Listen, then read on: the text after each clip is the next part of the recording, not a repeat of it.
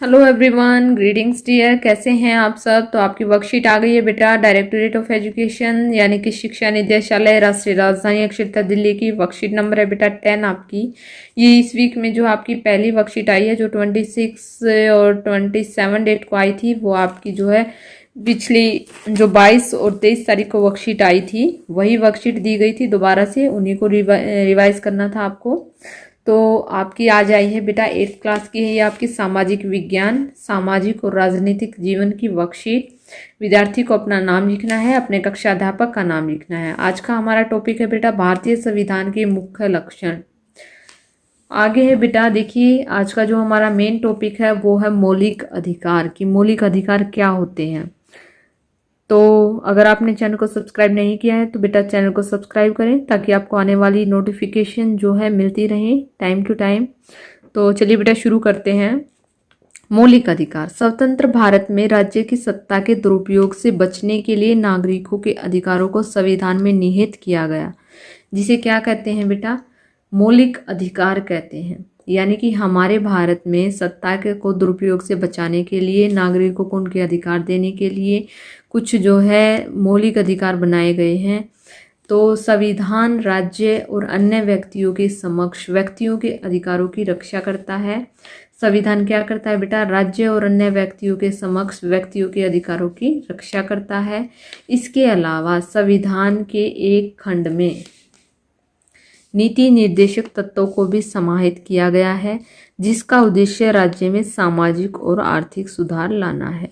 तो आज के जो हमारा मेन टॉपिक है वो है बेटा मौलिक अधिकार। तो हमारे कितने मौलिक अधिकार हैं, हमारे 6 हैं मौलिक अधिकार। सबसे पहले हमारा समानता का अधिकार, स्वतंत्रता का अधिकार, शोषण के विरुद्ध अधिकार, धार्मिक स्वतंत्रता का अधिकार, सांस्कृतिक एवं शैक्षिक अधिकार और संवैधानिक उपचारों का अधिकार। सबसे पहले हम पढ़ते हैं समानता का अधिकार।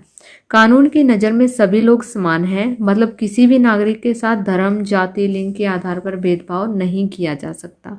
तो वो क्या है बेटा, समानता का अधिकार है। इसके बाद है स्वतंत्रता का अधिकार।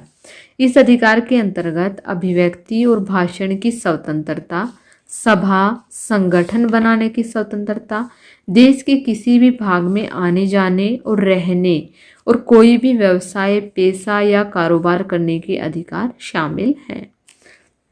आगे है शोषण के विरुद्ध अधिकार। शोषण के विरुद्ध अधिकार कैसा होता है बेटा, इसका क्या अर्थ होता है, इसमें मानव व्यापार और 14 वर्ष से कम उम्र के बच्चों को मजदूरी पर रखना अपराध है। यानी कि आपने देखा होगा बहुत सारे जैसे ढाबों वगैरह में या कहीं भी रेस्टोरेंट वगैरह में 14 साल के कम बच्चों को जो है सस्ते में मिल जाते हैं, वो क्या कर देते हैं, मजदूरी पर लगा लेते हैं। तो ये क्या है बेटा, शोषण के विरुद्ध अधिकार है। यानी वो बच्चे इस पर अपनी आवाज़ उठा सकते हैं। धार्मिक स्वतंत्रता का अधिकार। प्रत्येक व्यक्ति को अपनी इच्छा का धर्म अपनाने, उसका प्रचार करने की स्वतंत्रता है। तो देखिए बेटा, प्रत्येक बच्चे को क्या है, अपना धर्म अपनाने, कोई भी धर्म को अपना सकता है, कोई भी व्यक्ति हो, बच्चा हो, कोई भी हो, और उसका प्रचार प्रसार करने की भी स्वतंत्रता है।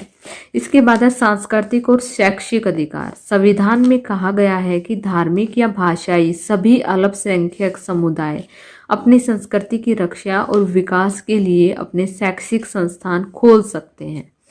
इसके बाद है बेटा संवैधानिक उपचारों का अधिकार। सभी नागरिकों को मौलिक अधिकारों के हनन होने पर अदालत जाने की स्वतंत्रता है। यानी कि किसी व्यक्ति को लग रहा है कि उसके साथ शोषण हो रहा है, उसके अधिकारों का हनन हो रहा है, तो वो क्या कर सकता है बेटा, वो अदालत जाकर अपनी स्वतंत्रता की गुहार लगा सकता है। आगे है बेटा धर्मनिरपेक्षता। धर्मनिरपेक्षता क्या होती है, धर्मनिरपेक्षता का अर्थ होता है राज्य द्वारा किसी एक धर्म को राज्य के धर्म के रूप में बढ़ावा देना। अर्थात राज्य के लिए सभी धर्म समान होते हैं और भारत क्या है बेटा, एक धर्मनिरपेक्ष राज्य है। आगे है क्रियाकलाप। इनके सामने संबंधित मौलिक अधिकारों के नाम लिखिए। यानी कि देखिए, मेरा दोस्तों के साथ पढ़ना, खेलना और खाना पीना क्या है, कौन से अधिकार में आता है बेटा, समानता का अधिकार लिखेंगे हम। इसके बाद है मुझे देश के किसी भी राज्य में निवास करने का अधिकार है। तो वो क्या हो गई, उस व्यक्ति की स्वतंत्रता हो गई कि किसी व्यक्ति, कोई भी व्यक्ति किसी भी राज्य में निवास कर सकता है। इसके बाद है बेटा मैं 14 साल से कम उम्र का हूँ, कोई मुझसे मजदूरी नहीं करवा सकता। तो ये क्या है बेटा, शोषण के विरुद्ध अधिकार है। अगर आपसे कोई 14 साल से कम उम्र के बच्चों से मजदूरी करवाता है वो क्या है, शोषण के विरुद्ध अधिकार है। मुझे अपने धर्म को मानने और उसके प्रचार प्रसार की स्वतंत्रता है, तो ये कौन सा है, धार्मिक स्वतंत्रता का अधिकार। मुझे अपनी संस्कृति की रक्षा व उसके विकास का अधिकार है, तो वो कौन सा अधिकार होगा बेटा, संस्कृति और उसकी रक्षा के लिए विकास का अधिकार है, सांस्कृतिक और शैक्षिक अधिकार में आएगा ये। आगे है बेटा, मौलिक अधिकार किसे कहते हैं। जैसा कि हमने ऊपर पढ़ा था बेटा कि हमारे स्वतंत्र भारत में राज्य की सत्ता को दुरुपयोग से बचाने के लिए अगर नागरिकों को अधिकारों के संविधान में निहित किया गया है तो उसे क्या कहते हैं बेटा, मौलिक अधिकार कहते हैं। इसका उत्तर हम कैसे लिखेंगे, देखिए, वे अधिकार जो नागरिकों को संविधान द्वारा दिए जाते हैं उन्हें कानून अथवा न्यायपालिका द्वारा सुरक्षा प्रदान की जाती है, तो वो क्या होते हैं बेटा, मौलिक अधिकार कहलाते हैं। एक बार फिर से देखते हैं, वे अधिकार जो नागरिकों को संविधान के द्वारा दिए जाते हैं उन्हें कानून अथवा न्यायपालिका द्वारा सुरक्षा प्रदान की जाती है, क्या कहलाते हैं, वो मौलिक अधिकार कहलाते हैं। आगे है प्रश्न नंबर 2 है हमारा कि भारत में नागरिकों को कौन कौन से अधिकार प्राप्त हैं। तो हमने यहाँ पर ऊपर पढ़ा था, हमें जो है समानता का अधिकार, स्वतंत्रता का अधिकार, शोषण के विरुद्ध अधिकार, धार्मिक स्वतंत्रता का अधिकार, सांस्कृतिक और शैक्षिक अधिकार और संवैधानिक उपचारों का अधिकार। ये हमारे पास जो है कुछ मौलिक अधिकार हैं जो कि हमें किसने, भारत के नागरिकों को मिले हैं। इसके बाद है बेटा, हमारा देश धर्मनिरपेक्ष क्यों कहलाता है। तो क्यों कहलाता है बेटा, क्योंकि हमारे देश में जो है विभिन्न धर्मों जातियों के लोग रहते हैं और जो है राज्य द्वारा किसी एक धर्म को राज्य के धर्म के रूप में बढ़ावा देना, अर्थात राज्य के लिए सभी धर्म समान होते हैं, तो क्या है, भारत एक धर्मनिरपेक्ष राज्य है। यहाँ पर हम लिखेंगे हमारा देश धर्मनिरपेक्ष इसलिए कहलाता है क्योंकि हमारा देश किसी एक धर्म को राज्य के धर्म के रूप में बढ़ावा नहीं देता, अर्थात हमारे देश के लिए सभी धर्म समान है, क्योंकि कोई व्यक्ति किसी धर्म को मानता है, कोई किसी को, सभी को अपना धर्म मानने की स्वतंत्रता है। तो हमारा देश क्या है बेटा, भारत एक धर्मनिरपेक्ष राज्य है। आगे है, नागरिकों के लिए मौलिक अधिकार क्यों आवश्यक है। तो क्यों आवश्यक है बेटा, ताकि उनके अधिकारों का हनन ना हो, उन्हें जो है सभी उनका जो है शोषण ना हो। तो इसका उत्तर हम लिखेंगे कि मौलिक अधिकार आवश्यक हैं क्योंकि मौलिक अधिकार नागरिकों की रक्षा करते हैं, राज्य को मनमाने ढंग से शक्तियों का प्रयोग करने से रोकते हैं, संविधान नागरिकों के अन्य व्यक्तियों से अधिकारों की सुरक्षा देने के आश्वासन देने के साथ साथ उसे राज्य के विरुद्ध भी संरक्षण प्रदान करने पर यकीन देते हैं।